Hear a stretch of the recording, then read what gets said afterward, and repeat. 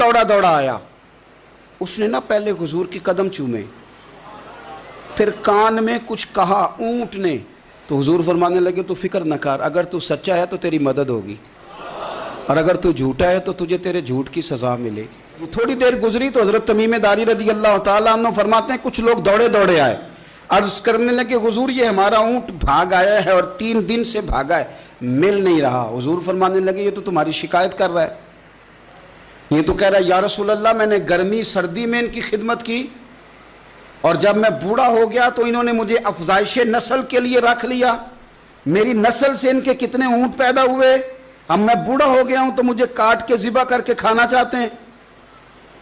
اس نے کان میں کہا، حضور نے ترجمہ کر کے بتایا، کریم رسول فرمانے لگے بولو تم کیا کہتے ہو؟ کہنے لگے سونیا جی جس نے جو آپ کو بتایا نا بالکل ہی سچ بتایا ہے۔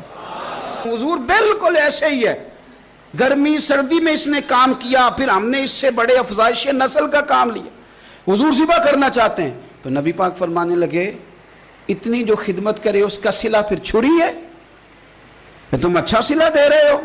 کہنے لگے حضور ہم کچھ نہیں کہتے، ذبح بھی نہیں کرتے، آپ اس کو دے دیں۔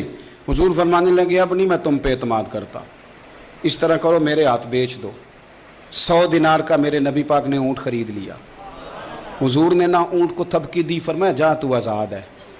اونٹ نے نا پتہ نہیں کیا باتیں کی، ایک بات کی تو حضور نے فرمایا آمین، دوسری کی تو کہا آمین، تیسری دعا کی تو کہا آمین، چوتھی بات اونٹ نے کی تو نبی پاک رو پڑے۔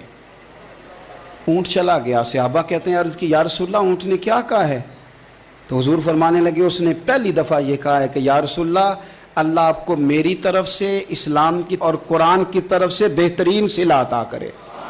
تو میں نے کہا آمین، اور پھر اس نے دوسری دعا دی، اے اللہ کے پیارے رسول صلی اللہ علیہ وسلم جس طرح آپ نے آج میرا خوف دور کیا ہے، میں دعا کرتا ہوں اللہ آپ کی امت سے قیامت کا خوف دور کرے۔ اور میں نے کہا آمین۔ تو نبی پاک صلی اللہ تعالیٰ علیہ وآلہ وسلم فرماتے ہیں پھر اس نے تیسری دعا کی، عرض کی یا رسول اللہ صلی اللہ تعالیٰ علیہ وسلم جس طرح آج آپ نے میرا خون بچایا ہے، سنیا میری دعا ہے رب تیری امت کا خون محفوظ کرے۔ تو میں نے کہا آمین۔ حضور فرماتے ہیں پھر اس نے چوتھی دعا کی، یا رسول اللہ میری دعا ہے آپ کی امت لڑے نہ، جنگ و جدال نہ کرے، آپس میں گلے نہ کاٹے۔ تو حضور فرماتے ہیں میں نے آمین بھی کہا اور میں رو بھی پڑا، اس لیے کہ یہ دعا میں نے اپنے رب کریم سے مانگی تھی کہ اے اللہ میرے امتی لڑے نہیں، آپس میں لڑے نہیں۔